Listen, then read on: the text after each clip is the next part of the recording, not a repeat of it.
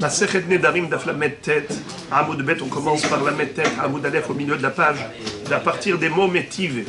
On a vu dans la Mishnah qu'il y avait une halakha qui a été expliquée par deux Amoraïm, Shmuel et Oula. Qu'est-ce que nous disait la Mishnah? Que si Réhouven a fait un éder, il n'a pas le droit de profiter de Shimon. Ou bien plutôt, tout simplement, il y a un Madir et un Mouda. On ne sait pas qui est le Madir, qui est le Mouda. Il y a deux personnes. L'une a fait un éder de ne pas profiter de l'autre.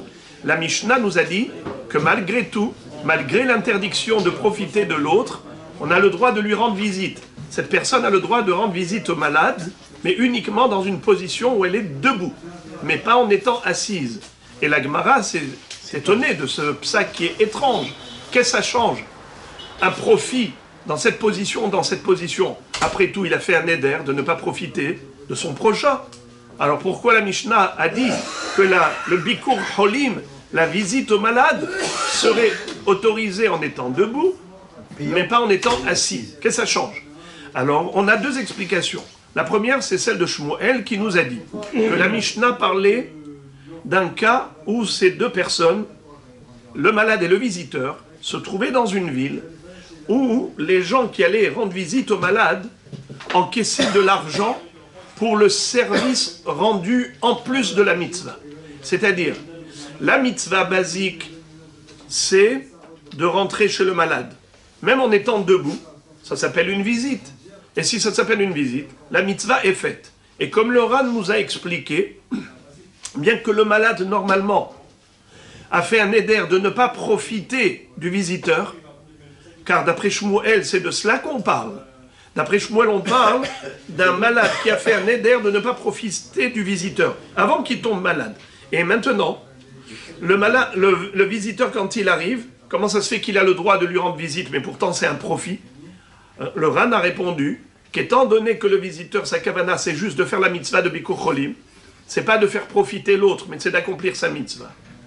De ce fait, c'est moutard pour lui. Ah, mais après l'autre, il en profite indirectement. C'est un profit indirect qui n'est pas interdit. Mais tout cela, c'est uniquement pour le Bikur Cholim quand il est debout. Mais il n'a pas le droit de s'asseoir. Pourquoi? On parle d'un cas très spécifique, un cas atypique. Dans une ville où les visiteurs encaissaient de l'argent de la part du malade lorsqu'il venait et qu'il s'asseyait pour converser avec lui et lui tenir compagnie. Étant donné que ce n'est pas une obligation de s'asseoir chez le malade, l'obligation c'est de lui rendre visite, mais tu peux lui rendre visite même en étant debout. Si le malade te demande de t'asseoir, tu n'es pas obligé. Si tu le fais, tu as le droit de réclamer de l'argent pour ce service. Mais maintenant, on parle d'un visiteur qui veut faire cadeau au malade. Il lui dit, je te rends visite, je vais m'asseoir avec toi et je ne vais pas te faire payer. Alors c'est là la question de la Gemara. Pardon, c'est là l'explication de la Gemara. Pourquoi c'est assourd?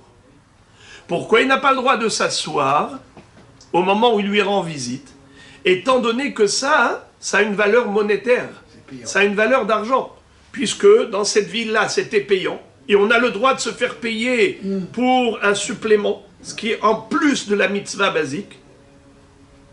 On ne peut pas se faire payer pour la mitzvah, mais pour ce qui est en plus de la mitzvah, c'est moutard. Eh bien, si maintenant tu ne fais pas payer, si monsieur visiteur fait gratuit au malade, donc il fait profiter le malade. Or, le malade avait fait un éder, il avait dit « Je ne veux pas profiter de l'autre. Je ne veux pas profiter de cet homme, de ce visiteur. » Voilà donc la raison pour laquelle, d'après Shmuel, la Mishnah a dit « Omed aval eno yoshev ». Ça, c'était l'explication de Shmuel. Mais Oula avait donné une autre explication. Il dit « L'olam beshenir se chole asurin alambaker vekegon delo adre min hiyute ». Qu'est-ce que ça veut dire? En fait, c'est l'inverse. Qui a fait le neder? C'est-à-dire, qui n'a pas le droit de profiter de l'autre? Selon Shmuel, la Mishnah, elle parle de quel cas? Que le malade n'a pas le droit de profiter du visiteur. Selon Oula, c'est le contraire. C'est le visiteur qui avait fait un neder de ne pas profiter du malade. Alors normalement, s'il a fait un neder ne pas profiter du malade, normalement, il ne devrait pas avoir le droit de rentrer chez lui. Non, même pas debout. Même pas debout. Car on a déjà appris la Mishnah que lorsque Réhouven a fait un neder de ne pas profiter de Shimon, il ne peut même pas rentrer chez lui. Il n'a pas le droit de mettre ses pieds dans son hatser. Afiloudrissa Tarengel. Arrêtez avec l'hôpital. L'hôpital, c'est quelque chose de nouveau. Ça n'existait pas à l'époque. Alors, on est chez lui. On est dans la maison du malade. D'accord? Alors, il vient rendre visite au malade chez lui à la maison. Alors, comment tu as le droit de rentrer chez lui? Mais tu as fait un neder. Tu t'es interdit tout profit du malade. Asoubidrissa Tarengel. Et même debout, ça s'appelle piétiner. On a dit que même piétiner, c'est assourd, même rester debout. Drissa taregel. Ah, alors la mitzvah, est-ce que c'est permis pour une mitzvah de faire une avera? On n'a pas le droit de faire une avera pour une mitzvah. Puisqu'il a fait un neder de ne pas profiter de l'autre, donc cette mitzvah-là, maintenant s'il accomplit, il fait une avera. Vous savez à quoi cela ressemble? On l'a déjà dit hier, vous n'étiez pas là peut-être? Les absents ont toujours. Alors, on a dit que par exemple, quelqu'un qui aurait fait un neder de ne pas manger des matzot. Toute l'année, il a fait un neder de ne jamais manger de la matzah, jamais. Arrive Pessah, est-ce qu'il peut manger de la matzah? Le neder est toujours là et il ne pourra pas faire la mitzvah. S'il n'a pas fait un tarat nedarim, il ne pourra pas faire la mitzvah. Vous parlez certainement de Shevoua. Vous faites confusion entre neder et Shevoua. La différence, on l'a expliqué ça aussi hier. Peut-être avant que vous l'arriviez. On a expliqué que Shevoua, c'est Gavra. Neder, c'est Hefza. C'était déjà dans le premier daf de Masechet Nedarim. C'est la définition. Alors, maintenant, une mitzvah, c'est Gavra. On était au pied du mont Sinaï, on a juré, on a prêté serment, on a dit que je me promis, on accomplit les mitzvot. Donc, toutes les mitzvot, c'est comme si on a juré de les accomplir. Donc, aujourd'hui, tu ne peux pas accomplir, aujourd'hui, tu ne peux pas faire une chouvra contraire. Tu ne peux pas faire une chouvra pour transgresser une mitzvah de la Torah. Ça, c'est sûr. Mais par contre, faire un neder qui va faire en sorte que finalement, quand l'heure de la mitzvah va arriver, tu ne pourras pas faire la mitzvah parce que l'objet de la mitzvah est interdit. Exemple, comme j'ai dit, la matzah, un homme qui a fait un neder de ne jamais profiter ou manger des matzot, arrive Pessah, avec quoi il va faire la mitzvah? Avec la matzah, mais la matzah elle est assoura. C'est comme s'il mangeait du jambon. C'est comme quelqu'un qui vole un loulav et fait la mitzvah avec. Il peut? Non. Pourquoi?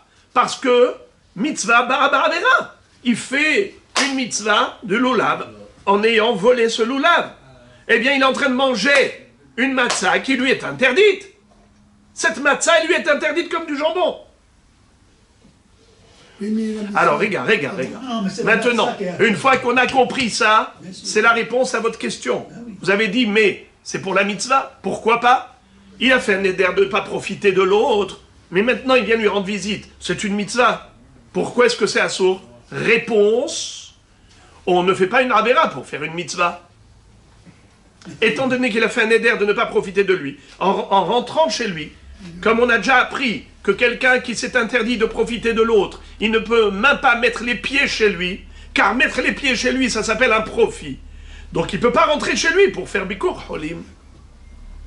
Alors, ça c'était la question de la Gemara. Quelle est la réponse de Oula? On l'a dit, Lo adre min hiyute. Qu'est-ce que ça veut dire?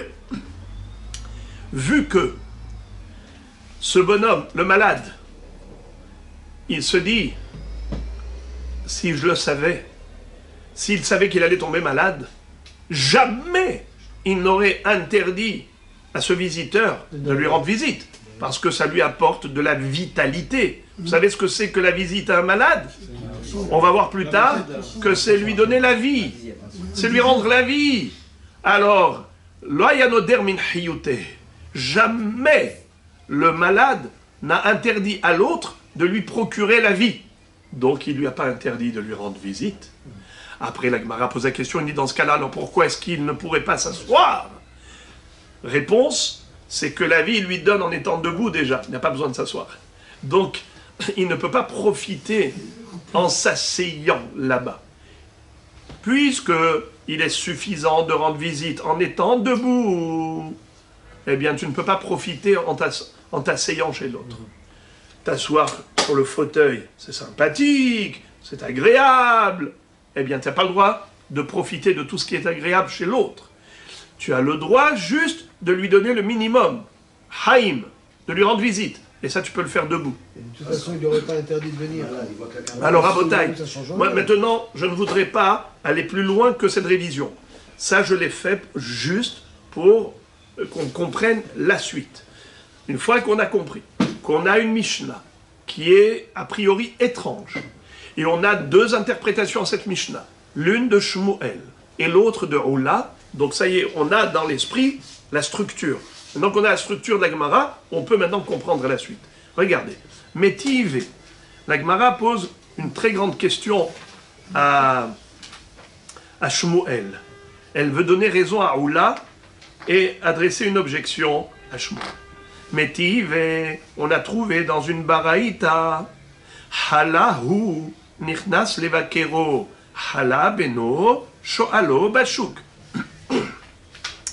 La baraïta dit qu'un homme qui a fait un éder de ne pas profiter de l'autre, eh bien malgré tout, il peut lui rendre visite lorsqu'il est malade. Mais il ne peut pas rendre visite à son fils. Ça veut dire qu'il peut lui rendre visite à lui, mais il ne peut pas rendre visite à son fils lorsque son fils est malade. Alors la Gemara, elle nous cite cela. Pour l'instant, elle ne nous explique pas qui a fait le neder, le fils de qui, du Madir, de Moudar.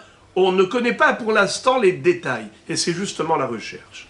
Bishlama le'oula, encore d'après Oula, Beshenirse hole asurin ala mevaker, vekegon de lo adre min hiyute. Shapir. La Gemara dit, d'après Oula, la baraïta, on peut l'expliquer comme Oula a expliqué la Mishnah. C'est très facile. Comment on l'avait expliqué le cas de figure de la Mishnah? Comment? Il avait dit que le malade s'est interdit de profiter du visiteur. Nachon?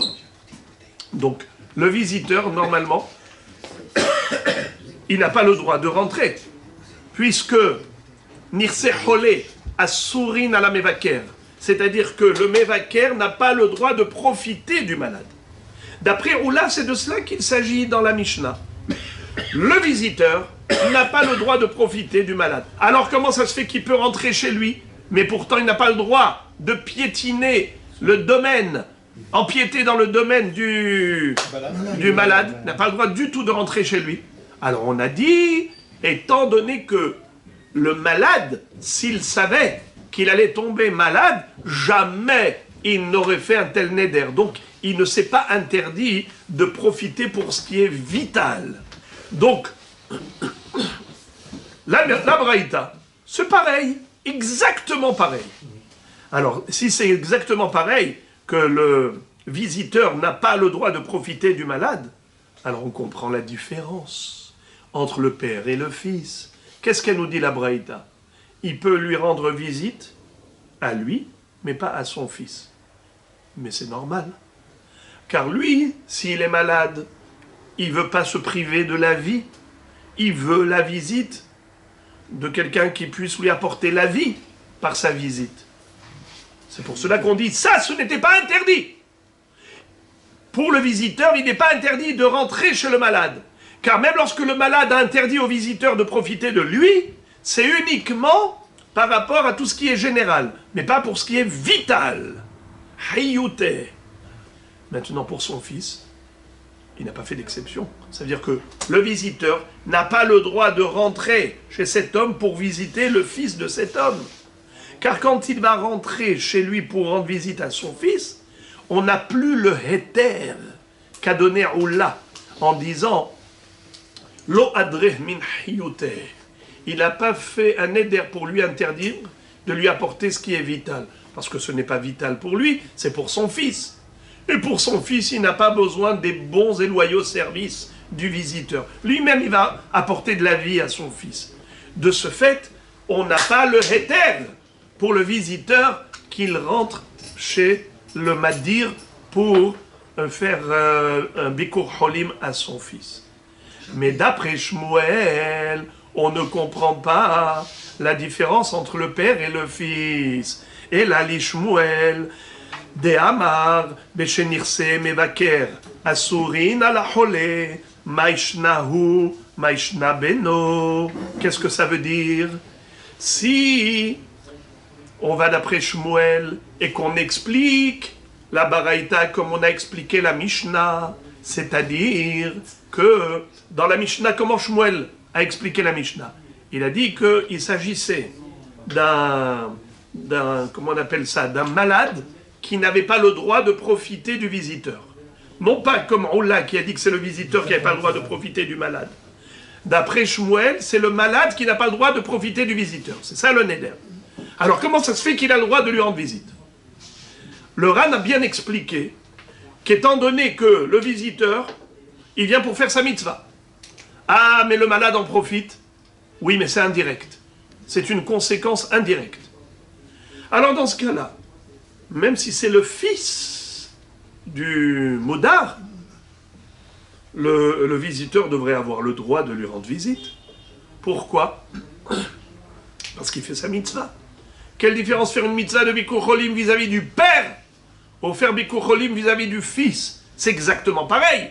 Ça c'est un malade et ça c'est un malade. Alors on ne comprend pas la Baraïta qui a distingué entre le père et le fils selon Shmuel. Ça c'est la couchette d'Agmara sur Shmuel. L'Agmara va répondre que Shmuel va te dire que le cas de la Braïta n'est pas identique au cas de la Mishnah. C'est inverse. Le schéma, il est inverse. C'est-à-dire, dans la Mishnah, on a parlé d'un cas où le malade n'a pas le droit de profiter du visiteur. Mais dans la Baraïta, il va dire que on parle d'un visiteur qui n'a pas le droit de profiter du malade. Et là, on comprend la différence entre le père et le fils, comme on a expliqué pour Ola. Je vous l'ai dit oralement dans les mots. Amar lecham matnitin beshenirse mevaker asurin ala hole. Baraïta beshenirse hole asurin ala mevaker. Maï paska. Qu'est-ce qui te permet de dire que la Mishnah est différente de la Baraïta? A priori, ce sont les mêmes mots. Amarava, Shmuel matnitin kashiate. Shmuel, en fait, qu'est-ce qu'il a poussé à faire une différence entre le cas de la Mishnah et le cas de la Braïta, pour dire que chacun, la Mishnah et la Braïta parlent chacun d'un autre cas, parce qu'il s'est posé la question par rapport à notre Mishnah. Maï iria detane omed aval lo yoshev, shma amina de nirse mevaker asurin ala hole. Parce que, pour lui, pour Shmuel, il n'accepte pas de cette histoire-là de assis et debout. Si on va, d'après Oula, de quoi on parle? On parle d'un homme, c'est qui n'a pas le droit de profiter de l'autre, d'après Oula? C'est le visiteur. Hein? Le visiteur. On l'a dit, Beshenirse Hole Asurin Amvaker. C'est-à-dire que le visiteur n'a pas le droit de profiter du malade. Alors, malgré tout, il a le droit de venir et de rester debout. Mais pourquoi il n'a pas le droit de s'asseoir? Quand il est debout, il fait une mitzvah. Quand il est assis, il fait une mitzvah. Mais il profite. Il est payant, c'est payant. Non, payant, c'est dans le cas inverse. Où le malade a fait un éder de ne pas profiter du visiteur.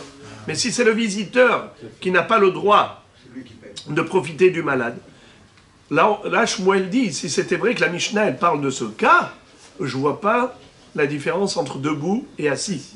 D'accord? Assis, c'est payant. Mais non, assis c'est payant, c'est dans le sens inverse. C'est quand le malade n'a pas le droit de profiter du visiteur. Mais l'après Oula, c'est le visiteur qui n'a pas le droit de profiter du malade. Pourquoi Shmuel ne voulait pas dire que la Mishnah elle parle de ce cas, que c'est le visiteur qui n'a pas le droit de profiter du malade? S'il le paye, si le malade le paye, le visiteur. Parce que quand il vient pour faire sa mitzvah, quelle différence entre assis et debout? Pour Shmuel, il ne voit pas du tout la raison pour laquelle on interdirait. C'est pour cela qu'il a préféré dire l'inverse, que la Mishnah elle parle dans le cas inverse, où c'est le malade qui n'a pas le droit de profiter du visiteur. Et là, je comprends la différence entre assis et debout. Pourquoi? Parce que assis, il est payé, debout, il n'est pas payé. Donc, debout, il lui fait aucun cadeau qui a une valeur monétaire, mais s'il s'assoit, il lui fait un cadeau qui a une valeur pécuniaire. Hein? Normalement, le malade aurait dû payer le visiteur. C'est comme ça le minhag dans cette ville. On est dans une ville où le minhag était que le malade payait le visiteur s'il s'assoit, s'il s'asseyait. Eh bien, là maintenant, comme le visiteur, il lui fait cadeau, donc il lui fait cadeau d'argent. C'est assourd de faire profiter l'autre puisqu'il a fait un neder de ne pas profiter. Le malade a fait un neder de ne pas profiter de lui. Alors maintenant, on a compris, Shmuel roula, et Shmuel a tiré son épingle du jeu. Il n'y a plus d'objection, et on n'a pas réfuté Shmuel. Tout va bien pour chacun. Comment on appelle ça en hébreu? Vehakol yavo al mekomo beshalom. Tout est rentré dans l'ordre. Alors les amis, je vous avais promis que la Sugia était difficile jusque-là, et maintenant elle va être fluide comme de l'eau. Alors, Amarish Lakish, maintenant la Gemara, à partir de là, on va avoir un daf et demi, voire deux dapim, où on va parler de Bekur Holim. Allons-y. Amarish Lakish, Remez de Bekur Holim Minatora. D'où apprend-on que c'est une mitzvah de rendre visite aux malades? Où est-ce qu'on retrouve une allusion à cela dans la Torah? Minayin sheneemar, im kemot kol adam yemutun elle, ufkudat kol adam. Ipaked alehem, lo Hashem shelachani. Je répète. Im kemot kol adam yemutun elle, ufkudat kol adam ipaked alehem, lo Hashem shelachani. D'abord, le contexte. Ici, on parle de Korah. Au moment où il a organisé une révolution générale contre Moshe Rabbeinu, Moshe Rabbeinu a vu que toute la Torah était en danger. Car si Korah réussissait à entraîner tout le peuple dans sa rébellion, c'est-à-dire qu'il remettait en cause la transmission de la Torah par le biais de Moshe Rabbeinu, comme qu'est-ce qu'il disait? Il disait, c'est pas Dieu qui vous a envoyé. Tout ce que vous nous dites, c'est vous qui inventez, toi et Aaron. Vous croyez qu'on est des moutons de panurge? Pas du tout. On ne vous croit pas que c'est Hachem qui vous a envoyé. Vous vous rappelez toutes les questions qu'il avait posées? Est-ce qu'un talit, un koulatrelet, est-ce qu'elle a besoin de tzitzit, bait malé mezouza? Alors Moshe Rabbeinu disait, bien sûr qu'il faut tzitzit, bien sûr qu'il faut mezouza. Qu'est-ce qu'il essayait de le tourner en dérision, en disant, si déjà un talit qui est tout blanc, il suffit de lui mettre un fil bleu, pétil techelet. Alors, un talit qui est tout bleu, il a besoin de pétil techelet. Ou baït, déjà, qui est vide, avec une mezouza, ça suffit. S'il est plein de Sefer Torah, il a besoin d'une mezouza à la porte en plus. Tout ce que tu dis, c'est illogique, donc c'est certainement pas d'origine divine. Donc la Torah que tu nous as donnée, elle est toute fausse. C'est que du mensonge. Eh bien, Moshe Rabbeinu va dire, Akadosh Baruch Hu, si cet homme-là, il meurt normalement, c'est-à-dire qu'il va mourir comme tout le monde, c'est-à-dire qu'il va tomber malade, il va se retrouver alité, et il va avoir des visiteurs qui vont venir rendre visite aux malades, et ensuite, il va rendre l'âme. Ça veut dire ce qu'on appelle Kederech Kol Haaretz, une mort classique, une mort naturelle. Si cet homme-là mort naturellement, alors les gens vont dire Lo Hashem Shelachani. C'est pas Dieu qui m'a envoyé, tu leur donneras raison. Et donc, tout le monde va suivre Korah, qui leur a dit que tout ce que j'ai dit, j'ai inventé. C'est pas toi qui m'as envoyé. Mais si le Gehinnam s'ouvre ici et qu'il est englouti dans la terre, alors à ce moment-là, les gens sauront que cette mort atypique, phénoménale, est la preuve tranchante de la véracité des dires de Moshe, que Moshe émet, Vetorato émet. D'ailleurs, vous le savez, comme la Gemara le raconte dans la Masechet Baba Batra, que Eliyahu Navi a montré à Rabba Bar Bar Hana l'endroit où se trouve l'entrée du Gehinam, et il lui a fait entendre, il lui a dit allonge-toi par terre, et tu vas entendre des voix. Qu'est-ce qu'il entendait là-bas? Moshe Emet Vetorato Emet Vehem Abadaim. C'est Korah. De Korah. Alors il lui a dit c'est qui ça? Il lui a dit Bloed et Korah. Voilà. Korah, avec tous ses hommes, tous les Rosh Chodesh, ils hurlent et ils proclament haut et fort Moshe Emet Vetorato Emet. Ce sont eux les menteurs. Alors maintenant, la Gemara va déduire de là que du fait que Moshe Rabbeinu, dans son descriptif, il a parlé de Pekudat Kola Adam. C'est quoi l'ifkod? Quand on va rendre visite à un malade, ça veut dire l'ifkod est acholé. C'est qu'on se souvient de lui. Il n'est pas tombé dans les oubliettes. On va aller le voir. Cette visite montre qu'on ne l'a pas oublié. C'est ça ce qui lui donne la force. C'est qu'il voit qu'il est important dans la société. Il a encore sa place au sein de la société. Eh bien, tu vois que Moshe Rabbeinu a décrit cela comme étant un comportement normal. Ça veut dire que, normalement, il faut rendre visite aux malades. De là, on déduit le Bikur Cholim. Mais on va lire la Gemara. Amar Rish Lakish. Rish Lakish nous dit Remez les Bikur Cholim in Torah minaim. Où retrouve-t-on l'allusion à cette mitzvah de rendre visite aux malades dans la Torah? Shene Emar. Im kemot kola adam yemutun elle. Si ces gens-là, de Korah et ses hommes, mourront comme tout le monde, naturellement, ufkudat kola adam ipaked alehem, lo Hashem shelachani. Pekudat kola adam. Maï mashma. Comment tu déduis d'ici le Bikur Cholim? Amarava. Im kemot kola adam yemutun elle.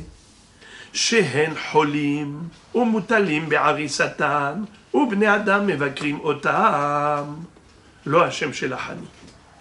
Si ces gens-là vont tomber malades, ils vont se retrouver alités, et les gens vont venir leur rendre visite, ce qu'on appelle Pekudat Kola Adam, Ipaked Alehem, lo Hashem Shelachani. Alors, en effet, Ma Biriot Omrim, lo Hashem Shelachani Lazé. En effet, qu'est-ce que vont dire les créatures? Que Korah a raison, que ce n'est pas vrai que Moshe Rabbeinu a été envoyé par Hachem. C'est Korah qui a raison, que Moshe Rabbeinu ne l'a pas envoyé pour faire tout ce qu'il y avait à faire, de désigner Aaron comme Kohen Gadol et ainsi de suite. Lo Hachem Shelachani Lazé. Donc de là, nous voyons que le comportement normal, c'est rendre visite aux malades, puisque Moshe Rabbeinu l'a cité comme étant le comportement classique. Qu'est-ce que ça a à voir avec Korah? Ça veut dire qu'il a dit, si Korah meurt normalement, alors ça va donner des forces à Korah. Et quand il a dit, il mourra normalement, il a dit, s'il tombe malade, et que les gens lui rendent visite, et qu'il meurt sur son lit normalement, ça donnera aux gens la possibilité de dire que Korah avait raison. Mais si il meurt anormalement, qu'il n'y a aucune visite au malade, il va être englouti subitement dans la terre, c'est pas qu'il va mourir progressivement comme tout le monde, d'abord de tomber malade, d'être alité, d'être visité, et ensuite mourant, agonisant, rendre l'âme. Non, qu'il soit englouti immédiatement. Alors là, on aura la preuve que c'est lui qui est menteur et Moshe qui dit vrai. Ok? Tout va bien? Oui, mais quel est le rapport pour rendre visite à un malade? Le rapport, c'est que Moshe Rabbeinu, quand il a demandé à Kadosh Baruch Hu que ça ne se passe pas normalement, que ça se passe anormalement, ça veut dire que le normalement, c'est rendre visite aux malades. Puisque dans son descriptif de la mort normale, il a décrit la visite aux malades. Maintenant, puisqu'on a parlé de Korah, la Gemara ouvre la parenthèse. Et elle dit, il y a pas mal de psukim à propos de Korah qui sont incompréhensibles. Essayons de les comprendre. Darash Rava. Imberi'a ivra Hashem. Imberi'a gehinam mutav. Tihye. Ve'im lav ivra Hashem. Qu'est-ce que ça veut dire? Moshe Rabbeinu va dire à Kadosh Baruch Hu, si le Gehinam a déjà été créé dans le monde, très bien. Eh bien qu'il en soit ainsi, qu'il soit englouti dans l'enfer. Mais si l'enfer n'a jamais été créé encore, qu'il soit créé que pour engloutir Korah. La Gemara pose la question, elle dit Eni. Ah bon? Est-ce qu'il y a un doute? Est-ce que l'enfer existait ou pas? Mais c'est évident que le Gehinam existait, puisqu'il a été créé même avant la création du monde. Eni, veha. Eni, ça veut dire ah bon? In. Veha Tanya. Pourtant, il y a une braïta qui dit Shiva dvarim nivreu kodem shenivra haolam. Il y a 7 choses qui furent créées avant le monde. Ve'eluhen. Torah.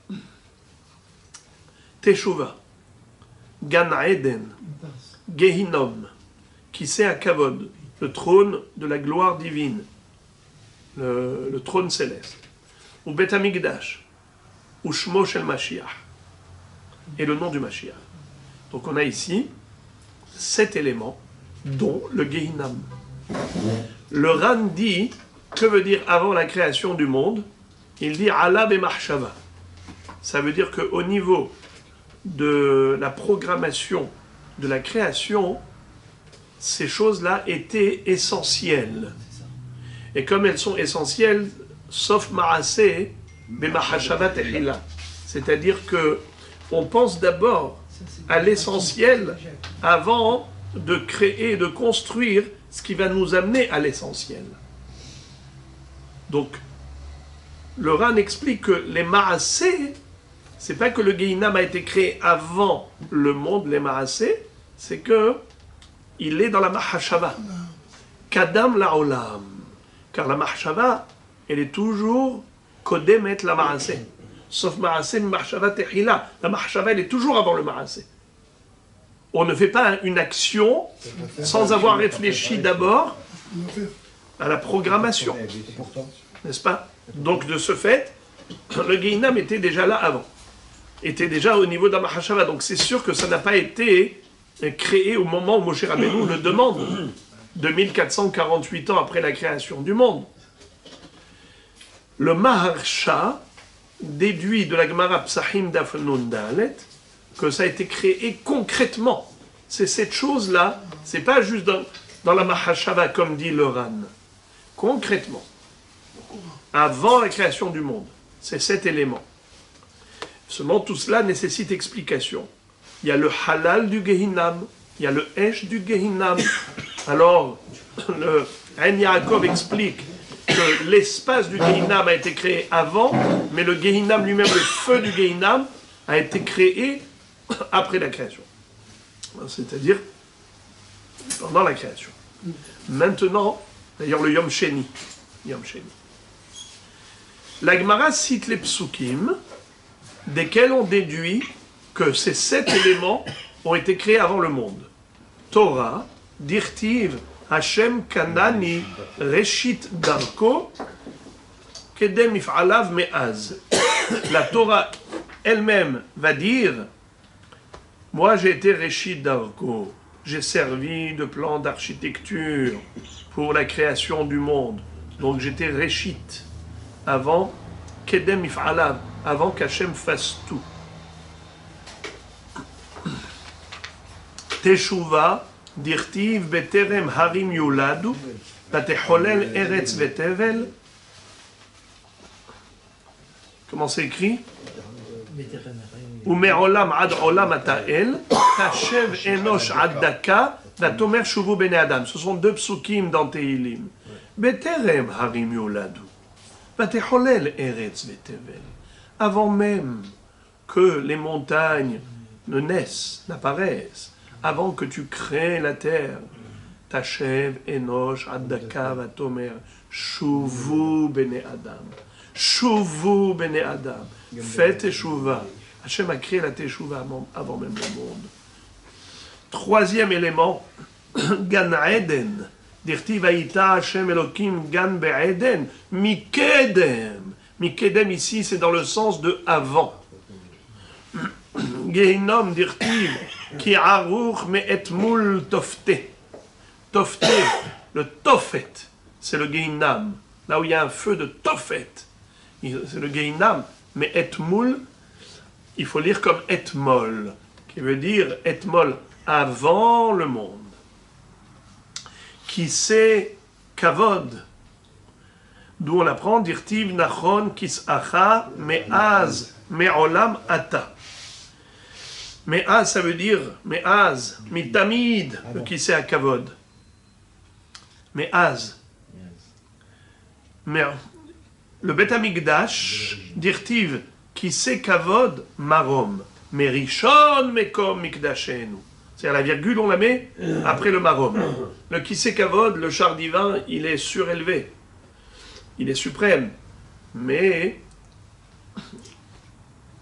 Merishon mekom mikdashenu. Le Bet Hamikdash a été construit avant même le monde. Merishon. On sait que le Bet Hamikdash Shel Mata, il est Keneged Bet Hamikdash Shel Ma'ala. Le Yerushalayim d'en bas, c'est en face du Yerushalayim d'en haut. Shemo Shel Mashiach, Dirtiv Yehi Shemo Le'olam, Lifne Shemesh, Innon Shemo.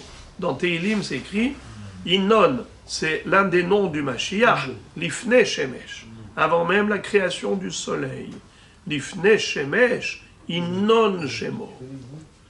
Le Maharsha explique là-bas dans Sanhedrin Daf Tzadik Het, qu'est-ce qu'il y a de spécial dans ce nom du Mashiach de Innon, et en rapport avec la pré-création. Alors on a compris le point de chute.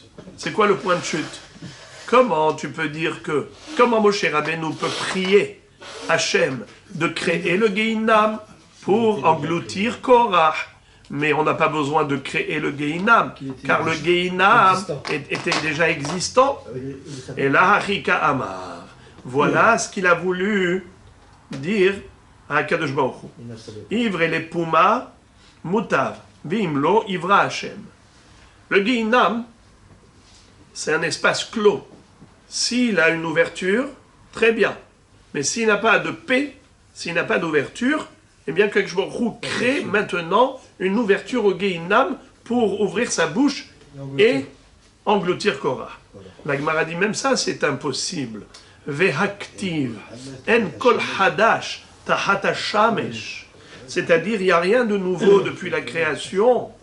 Et de ce fait, s'il n'y a rien de nouveau depuis la création, Ça existait déjà. ça existait déjà. Le Gehinam va d'ailleurs exister, même la bouche du Gehinam, c'est-à-dire l'entrée du Gehinam, cette ouverture, elle existait déjà, puisqu'il n'y a rien de création, de nouveau dans la création après la création. Si, il y a quand même un animal. Elle existait, mais elle Le était pas Tahash, au courant. il a été créé bien après. Le Tahash, Tahash, c'est un animal qui a été créé après moi. très très bonne question, magnifique question. Vous entendez? Quelle merveilleuse question. Merveilleuse question. Le Tahash, c'est écrit les fiches Sha'a Haya. La Gemara nous enseigne que le Tahash, qui a servi ensuite, après avoir fait la shrita du Tahash, on a utilisé sa peau, sa fourrure, pour recouvrir le Mishkan. Eh bien, il n'était que périodiquement. Ça veut dire que quoi? Qu'il n'existait pas avant et qu'il a été créé que pour la période du Mishkan. Et après, ça y est. Réponse non. C'est qu'il a été créé depuis la création, seulement il a été Utilisé. réservé, conservé, préservé que pour cette utilisation. Ça veut dire qu'on n'a pas pu l'utiliser, on n'a pas pu le trouver pour pouvoir l'utiliser avant. Baruch Hu l'a caché. Il avait déjà créé et il a mis en cachette. Il a dévoilé à Moshe Rabbeinu pour le Mishkan. Et après Mishkan, on ne voit plus de Tahash. Onkelos traduit le Tahash en araméen, il traduit Sas-Gona. Rashi explique chez Sas Umitpaer Bagvanim Shelo. C'est-à-dire qu'il avait des couleurs multicolores et quand il marchait le Tahash, comme s'il disait Shufoni Yanas. Ça veut dire qu'il est mitpaer, il se glorifiait de ces belles couleurs. Alors, la Gemara donc nous dit que c'est pas possible de dire que l'ouverture n'existait pas, puisqu'il n'y a rien de nouveau. Réponse, Arika Ama. Voilà le sens de la prière de Moshe Rabbeinu. Iacha lomikarav puma lehacha likarav. Moshe Rabbeinu dit, je le sais que le Gehinam existe. Je le sais que l'enfer a une entrée. il y a une bouche, il y a une ouverture. Mais si l'ouverture se trouve à proximité, inémator. Sinon, je demande à Akadosh Baruch Hu de décaler l'entrée du Gehinam et l'amener ici. Ça, c'est pas du nouveau. Il n'y a pas de Bria Hadasha. Il y a juste un déplacement, mais il n'y a pas une création. Car tout ce qui a été créé pendant les 6 jours de la création. Il n'y a pas de nouvelle créature. Darash Rava, ve'amre la, amar Rabbi Yitzhak, maï dirtiv, shemesh yareach, amad zevula, et or hitzecha yehallechu, le noga berak hanitecha. C'est un pasouk dans Tehili, dans Habakkuk, qui dit que le soleil et la lune se sont tenus dans le ciel qui s'appelle Zévoul. On sait qu'il existe 7 cieux. Le 4e ciel s'appelle Zévoul. Le 2e s'appelle Rakia.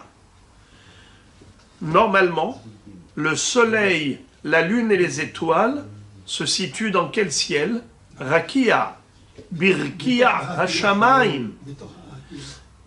Et là, on retrouve dans Habakkuk que le soleil et la lune se sont retrouvés dans le Zévoul, 4e ciel. La Gemara pose la question, mais qu'est-ce que font le soleil et la lune là-bas? C'est pas leur place. Shemesh ve'yareach, bizvul, maï ba'yan, ve'aberakia kevi'e. Qu'est-ce qu'ils font là-bas à Zévoul? Mais eux, leur place, c'est au Rekia, comme il est écrit, Vaïten otam Elohim birkia hashamayim. Réponse. Melamed she'alu shemesh ve'yareach, merakia lizvul. Le soleil et la lune, au moment de la mahloket entre Korach et Moshe, que Korach il a essayé d'organiser une rébellion générale contre Moshe Rabbeinu, c'est qui a pris la défense de Moshe Rabbeinu? Le soleil et la lune. Ils sont montés là où se trouvait, où ils sont montés au Shamaïm qui s'appelait Zévoul. Pourquoi spécialement au 4e ciel? Pourquoi pas au 7e ciel? Les Mefarshim disent que Akadosh Baruch Hu, quand il a créé le monde, il a voulu installer sa Shekhinah en bas, dans le bas monde terrestre. Mais quand ils ont fauté, Adam Arishon, il a fauté, la Shekhinah a quitté le monde terrestre. Elle est montée à un niveau de plus. Ensuite, lorsque, à l'époque de Dor Enoch, ils ont fait Avodah Zara, alors elle est montée à un niveau de plus. À l'époque du Dor Amaboul, encore un ciel. À l'époque de Dor Apalaga, un ciel de plus. À l'époque de Sedom Vahamora, un ciel de plus. Et à l'époque de Mitzraïm, un de plus. J'ai oublié, j'ai sauté Caïn et Hevel. Donc Adam Arishon a fauté Caïn et Hevel. Dor Enoch, Dor Amaboul, Dor Apalaga, Dor Sedom Vahamora et le Dor de Mitzraïm à l'époque d'Avraham Avinu. Ça fait 7. Ce qui fait que la Shekhinah qui se trouvait dans ce bas monde, elle s'est retirée totalement et à chaque faute, elle s'éloignait davantage. À tel point que finalement, qu'est-ce qu'on a? Hashamaim, Shamaim, Lachem, Ve'haaretz Natan Livne Adam. Mais il y a eu 7 tzaddikim. Chacun, par son comportement positif, a attiré la Shekhinah sur terre. Avraham, Yitzhak, Yaakov, Lévi, Kehat, Amram, Moshe Rabbeinu. À l'époque de Moshe Rabbeinu, Vayered Hashem al Har Sinai. Maintenant, on a eu malheureusement des fautes. Het ha'egel, la faute du Vaudor. Après que Moshe Rabbeinu ait reçu la Torah, c'est-à-dire qu'il est monté au ciel pour recevoir l'étape de la loi, 40 jours après Matan Torah, après qu'ils ont dit Naaseh Benishba, ils ont fabriqué le Vaudor. Alors qu'est-ce qu'on avait? On avait le Het ha'egel. Alors la Shekhinah, elle s'éloigne une fois de plus et elle monte au 1er ciel. Après on a le Het HaMeraglim, 2e ciel. Après on a le Het HaMitonenim, 3e ciel. Après Mahloket Korach Ba'adato, 4e ciel. 4e ciel c'est lequel? Zévoul. Regardez dans ma Sechet Hagiga Daf Yud Bet, C'est là-bas où on retrouve le nom de tous les 7 cieux et la fonction de chacun. Et là-bas, on retrouve que Zéboul, c'est le 4e. Eh bien, comment dit Rashi à propos de Korah? Vaishma Moshe Vaipol al panav. Moshe Rabbeinu, il tombe sur sa face. Pourquoi? Rashi dit, comment Moshe Rabbeinu qui a plaidé en leur faveur. Au moment où ils ont fait la faute du veau d'or et des Meraglim, Moshe Rabbeinu a prié en leur faveur. Comme dit le passouk dans Tehilim, Loulé Moshe Bechiro, Amad Baperetz Lefanav. Si Moshe Rabbeinu n'avait pas pris la défense de Ham Israël, ils auraient été Haz de Shalom anéantis. Mais là maintenant, ça y est, il a perdu ses moyens. Rashi dit pourquoi? Chez Zehaya Beyadam Sirahon Revi'i, c'est la 4e fois qu'il faute. Korah. Et donc, la Shekhinah, elle est où? Bezvoul. On comprend pourquoi le soleil et la lune sont montés à Zévoul. C'est là-bas où se trouvait le trône divin. Alors, qu'est-ce qu'ils vont dire à Akadosh Baruch Hu? Regardez qu'est-ce qu'ils vont dire. Melamed, She'alu, Shemesh V'yareach Meraki al Izvul Ve'amru Lefanav. Ribono Shel Olam, Im ata ose din leben Amram, Anu Meirim, Ve'im lav, En Anu Meirim. Si tu vas prendre la défense de Ben Amram, alors on est prêt à éclairer le monde. Sinon, on ne veut plus éclairer le monde. Beotasha, Yarabahem, Akadosh Baruch Hu, Hitzim, Vahanitot. Akadosh Baruch Hu a commencé à leur envoyer des flèches et des coups de javelot et de lance. Pourquoi? Amar Lahem, il leur dit, Bechol Yom Vayom Mishtahavim Lachem. Chaque jour, on se prosterne devant vous. Ve'atem Irim.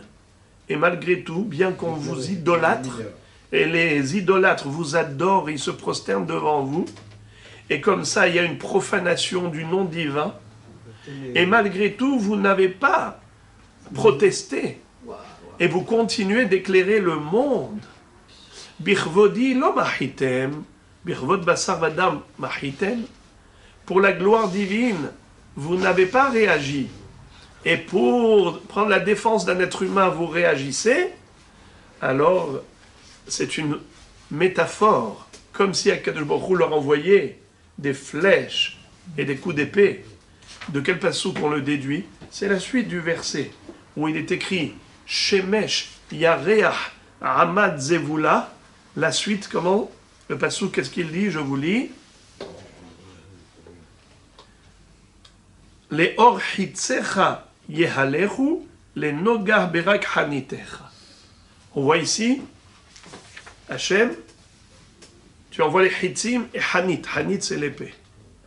Alors maintenant, qu'est-ce qui s'est passé?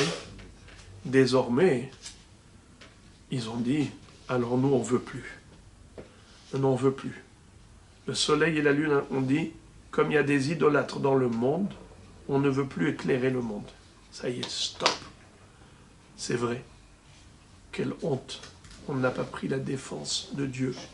On a pris la défense de Moshe et on n'a pas pensé à prendre la défense d'Hachem. Comment on va éclairer le monde quand il y a des gens qui se prosternent devant le soleil et la lune et les astres?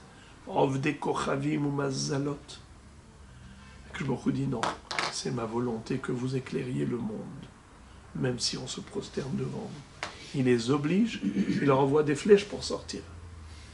Maintenant, ils ne veulent plus aller de force. Ou prolium vayom. Maintenant, on les oblige. Yorim baem hitzim vachanitot umiirim, shenemar leor hitzecha yehalechu. On a terminé le sujet de Korah et on revient au sujet de la Mishnah. De quoi on parlait? Bikur holim, rendre visite aux malades.